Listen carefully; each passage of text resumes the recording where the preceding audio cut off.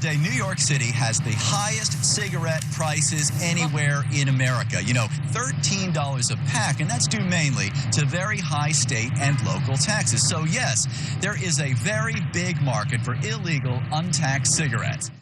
We all know that there is money to be made in smuggling illegal products, either internationally or nationally. And we all know that the money to be made in these types of illicit trades can be life-changing. I mean, just look at Pablo Escobar, who in the 1980s and 90s amassed a fortune that at one point during the peak was claimed to be around $250 million a week in illegal profits. And that was back then, when the US dollar was worth much more and had more value than it does now. Or the story of Al Capone, who made his fortune making and selling alcohol during the Prohibition era, which was stated to have made him over $60 million in the 1920s, which after adjusting for inflation would be worth almost $779 million in 2020. Now, given that the secret to success with these criminals was that the products they sold were procured at a very advantageous and really cheap price. However, there was another key factor that was just as important as the cost of goods was to their bottom line, and that factor was and still is opportunity. An opportunity that created a black market for them to trade in. What created this opportunity was the law that was put into place back then, which prohibited the sale of these goods from being sold. The same opportunity is being and has been recreated today, but with a different product. What if I told you that this product in our day and age is currently being moved within the United States, and it is making its distributors and investors way up in the higher end of 6 figures a year in profit? What if I told you that the product itself, which is being smuggled, isn't even illegal? It's actually used by millions upon millions of Americans every day and used by billions across the globe? What would you say to that?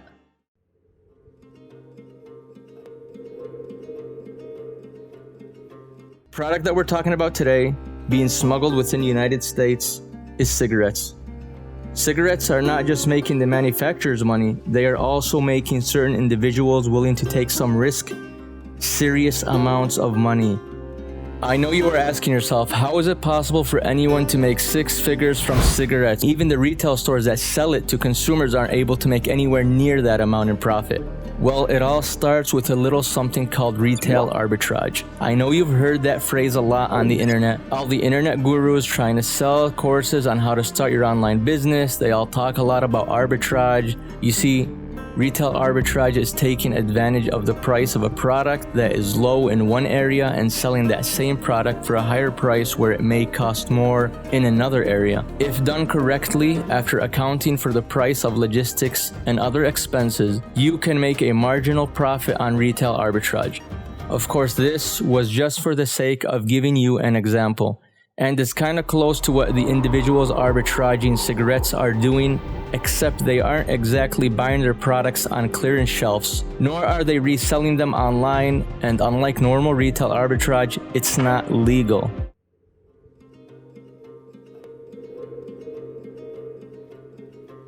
This brings me to the next vital instrument for ensuring success for these cigarette smugglers, and that is logistics. When it comes to cigarette smuggling, it really is similar to most products being illegally trafficked. Once smugglers have set up their sellers, buyers, and a way to transport their product, they are pretty much set to do business. I've made a decision. We're going into business together. I want to start right away. The way these smugglers are able to collectively take in millions of dollars a year from this trade is by buying cigarettes from one state and transporting it to another and selling it there. Logistics, remember?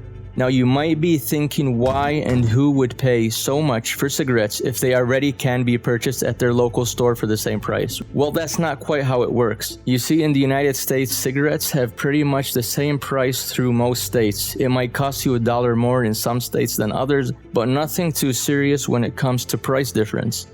Of course, there are a few exceptions when it comes to the vast price difference, and one of those exceptions is the fine state of New York. In most states, cigarette prices average anywhere from $4.75 to $6 on the high end, but not in New York. You see, the Big Apple had to do it different. To discourage cigarette sales and penalize the cigarette manufacturers, they went ahead and imposed a high cigarette tax of almost $6 per pack. They also did this to raise their state's revenue and to cover for losses in other areas of their state. This was first done back in 2010, bringing the total price of a single pack of cigarettes to over $10 at that time. And since then, the tax has only gone up. As of the date of this video, cigarettes have reached a price of over $16 per pack, including tax, in the state of New York. Now, given that the intentions of the state of New York was good in trying to discourage people from smoking and creating revenue for their state, unbeknownst to them, they created an opportunity for people that were, well, let's say not so good intentioned. In fact, some might call this opportunity one of the greatest arbitrage opportunities out there for a product that has nothing to do with drugs. You see, the only way that these smugglers can make money is by buying low and selling high. And the only way they can buy low is to go out of state and buy cigarettes and then bring them back into the state of New York for resale or distribution, which is called or known as cigarette smuggling and is considered to be illegal. The laws of the state of New York say that any individual is only allowed to bring up to a maximum of 2 cartons of cigarettes when coming in from out of state. And well, for these cigarette smugglers, 2 cartons isn't going to cut it for them in terms of making large profits. So what they do is drive across state lines in a rented van and sometimes in other smaller vehicles, depending on the size of the shipment they intend to bring back into New York. Most of the times, this other state they drive to is usually Virginia or North Carolina. The reason they choose these states is because they are the easiest to find retailers that are willing to sell them large quantities of cigarette cartons and are willing to take the risk for doing so. Because if the main distributors for any major cigarette manufacturer were to find out that the retailers in these states were selling to other distributors from out of state, then they would surely penalize them by either fining them or contacting local authorities, which could end up costing these retailers their tobacco license. So cigarette smugglers know that the only way to find retailers willing to take the risk is by driving to any of the states I just mentioned. Now, before they drive out to these states, they usually put in an order a few days prior to driving out there. Once they arrive, they quickly load the van with anywhere from 500 cartons to sometimes as much as 2,000 cartons on one load. They usually do this after hours, in the evening, after the retailer closes, so as not to attract any attention from others and to avoid local authorities. After they finish loading their product, the cigarette smuggler starts his 7 to 10 hour drive up to New York. Usually taking an unusual route, the driver might try to stay off the highways in certain areas where he might know there to be highway patrol, which turns this drive into a roller coaster of getting off and on the highway throughout the different states that the cigarette smuggler passes through. Now, over the years, cigarette smuggling has evolved in order to avoid being caught by law enforcement. Cigarette smugglers have tried many different ways to avoid a loss of shipment. There has been instances and stories told of where a cigarette smuggler, instead of transporting on a vehicle, would instead ship the cartons of cigarettes in boxes by bus without being detected. Also, another infamous way in which they have used to get their shipment to New York is by loading the cigarettes on a van, then calling a tow truck, which is usually driven by a friend, to transport that van to New York to avoid being pulled over and searched. Once the shipment arrives in New York, the cigarette cartons are distributed, usually within a day, as they have already been pre-ordered by retailers. As you can imagine, any grocery store, deli, or supermarket willing to risk a fine and probably no more than a day in jail with anywhere from a misdemeanor to a felony on his record would be delighted to get their hands on cigarettes being sold for way under market value and in bulk. Also, some cigarette smugglers have built an entire business around cigarette smuggling. They have gone as far as opening a large grocery store in New York and sometimes opened more than a few locations as to avoid the hassle of distribution and risk that come with it. Also, they do this to cut the middleman out of the equation, which in this case happens to be the retail store selling the cigarettes. I mean, why distribute for a percentage of the profits when they can open the business that allows them to unload the cigarettes directly to the consumers at retail price and keep all the profits for themselves? From what I have researched, logistics isn't the only problem when it comes to arbitrating cigarettes in bulk. There is another hurdle for these cigarette smugglers, and that hurdle happens to be the tax stamp. You see, every pack of cigarettes sold in most states in the United States have a stamp on the bottom of it. It usually identifies the state in which that pack of cigarettes is being sold in. So, in order for cigarettes that were purchased in Virginia or North Carolina to be sold in New York without raising too much suspicion, the cigarette smugglers would have to remove the previous stamp on the bottom of the pack of cigarettes and then replace it with a stamp resembling the ones used on cigarette packs sold in New York. Now notice I used the word resemble. That's because it would be almost impossible for someone to obtain an original cigarette tax stamp from New York or any other state for that matter. So what is the solution to this hurdle for these smugglers? The only solution afforded to them would be to settle for the next best thing, and that would be to purchase fake tax stamps from none other than, you guessed it, China. Where else would you go to get anything fake? It is the epicenter of all things counterfeit, and they are good at it. Now, after purchasing the fake stamps, the original stamps are removed fairly easily and the counterfeit stamps are placed instead. And no one wiser could tell the difference. I mean, if you're a smoker, when is the last time you examined the tax stamp on the bottom of a pack of cigarettes after buying it? The only person that would do that would be a state tobacco control agent conducting an inspection or a search in a retail store.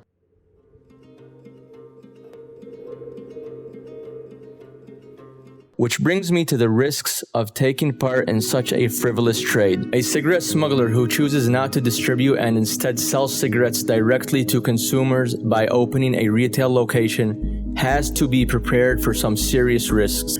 This is because by opening and operating a business that sells out-of-state cigarettes, you are opening yourself to more risk than the people who choose to call it a day by bringing the product into New York and only distributing it.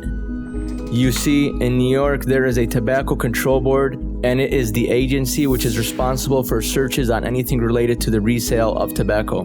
This agency has the right to fine you for anything from selling cigarettes to a minor to selling out-of-state cigarettes. If it has anything to do with tobacco, they most likely will be the ones you will answer to. They can even take away a store owner's tobacco license. Now, this isn't the only agency these retail store owners have to answer to. They also have cigarette tax agents that come in and conduct a search of a business if they suspect foul play.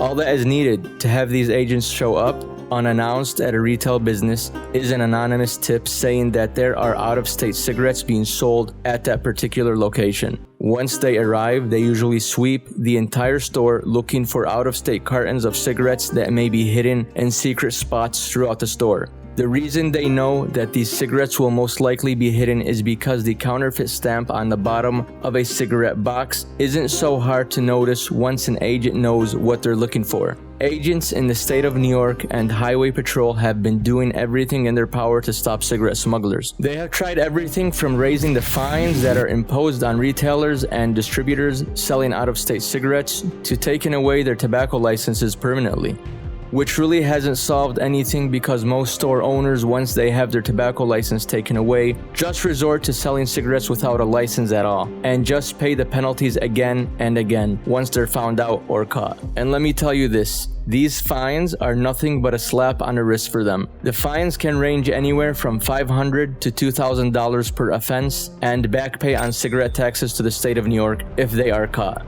Oftentimes, if agents storm a retail store, they arrest anyone working there at the time of the bust, which usually lands an employee or store owner in jail for one night, and afterwards they are given a court date. Sometimes they stay in jail for longer. It all depends on the offense and the amount of cigarettes that are caught at that particular retail store. There are instances where a large cigarette smuggler is caught and sentenced to many years in jail for this offense. I am guessing it all depends on the situation itself. The state of New York has taken it as far as setting up an anti-cigarette smuggling task force which has tried to intervene and break up this vast link of cigarette smugglers by going as far as trying to prosecute the people selling the cigarettes in bulk at the source of the trade in Virginia or North Carolina and other states as well.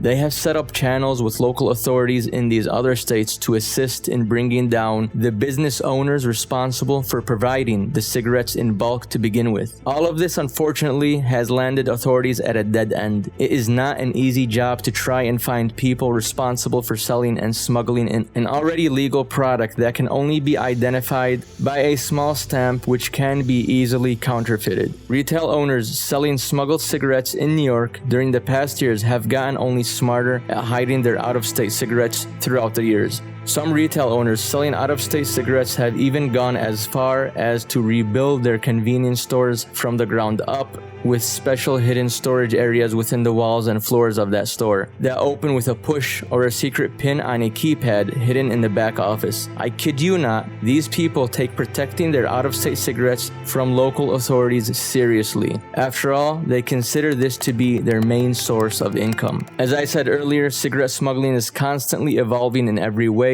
As with many illegal smuggling schemes, evolution has to happen. And my guess is, this illicit trade will continue to evolve as long as there are hefty profits to be made and as long as these excise taxes in New York remain as high as they are now.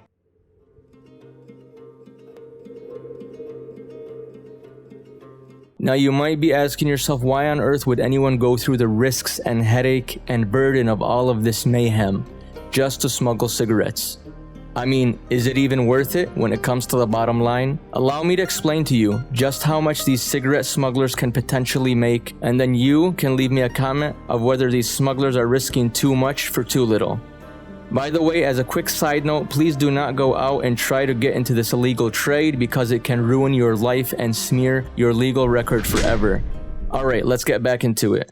As I stated earlier, a pack of cigarettes outside of the state of New York can cost anywhere between $4.75 to $6.50. Now in the state of Virginia, a pack of cigarettes can cost around $5.20. That would bring the total cost of a carton of cigarettes to be around $52. Now in the state of New York, a pack of cigarettes with tax can cost up to $17, bringing the total price of a carton of cigarettes to around $160. Now that's a difference of almost $110 in profit for anyone bringing the cigarettes in from out of state and reselling them in a retail store in New York, which is a crazy amount of profit per carton. Most retail stores in New York, whether they be medium or small in size, will sell anywhere from 50 cartons to 400 cartons of cigarettes every single week, depending on the size of that store. As an example, let us say a retail store is selling 150 cartons of cigarettes a week, which comes to 600 cartons a month. Now let's say those retailers have an average profit margin of $70 after expenses per carton. As per our example, the cigarette smuggler is selling 600 cartons a month in their store, which in New York is actually average for a retailer. So if we do the math, which is 600 cartons multiplied by $70 per carton, means the retailer would profit a total of $42,000 a month from smuggled cigarettes, and that would be considered net profit. That comes out to a total of $504,000 annually. Now, on the other hand, a cigarette smuggler that only distributes, their profits would be much less. Which is why I said earlier that in my research on this matter, I found most people who do get into smuggling cigarettes tend to open up their own retail stores in the state of New York in order to keep most, if not all, of the profits. Cigarette smugglers that only distribute in most cases tend to rent their own van, pay for their own gas, take their own risks, provide the needed upfront capital investment for the purchase of the cigarettes. However, their profits are limited because they still have to sell to the middleman, which is the retail store owner. Cigarette smugglers can charge anywhere from $2 to $5 a carton. Most cigarette smugglers usually transport anywhere from 500 to 1,000 cartons per trip, and that $2 to $5 per carton is on top of the price of the carton itself, of course. That would bring their total net profit to an estimate of anywhere from $1,000 to $5,000 per trip, which would come out to $4,000 to $20,000 a month in profit. These numbers are real, and there are people out there smuggling cigarettes and making this amount of money in profit by trafficking a perfectly legal product illegally across state lines and into New York. Now you have to know that these cigarette smugglers are taking on more risk than just their basic expenses. They are taking on the risk of getting pulled over by highway patrol on the lookout for cigarette smugglers with a bulk amount of cigarettes in their possession. Now you should know that if a highway patrol officer pulls over a cigarette smuggler and does find more than 2 cartons of cigarettes in his possession, then that officer, under the law of civil forfeiture, has the right to confiscate his entire shipment if that cigarette smuggler has already crossed state lines. And if that were to happen to a smuggler, then that can be a potential blow to his business, his bottom line, and can potentially put him out of cigarette smuggling business either permanently or temporarily. Now, if the cigarette smuggler is a retailer in New York and they have that amount of cigarettes confiscated from them, it doesn't necessarily mean that they will be put out of the cigarette smuggling business, because they are making much more money than the distributor is. However, if a cigarette smuggler does not own a retail store or sell directly to the consumers, then these cigarettes that they are transporting can potentially be their entire investment, especially if they are just starting out, which is why it is more riskier for distributors than it is for retailers in New York. Not to mention the risk of going to jail and having their record permanently ruined. I mean, most of these guys can kiss working a normal job at a company goodbye, but looking at the profits they may be pulling in, I guess most of them really don't care much about their career prospects. So to sum up these amounts, annually a cigarette smuggler who just distributes and moves cigarettes from the states mentioned into New York can potentially make anywhere from $48,000 to almost $240,000 annually before expenses and penalties, if the capital used to fund the operation is completely theirs. Now, if that cigarette smuggler happens to have a retail store in which he can sell these cigarettes directly to the consumers, then he can potentially make over $500,000 or more annually, depending on how much cartons he is selling. Now, I would love it if you could leave me a comment below on your thoughts on this. Is it worth the risk? I'm really interested to hear your opinion on this.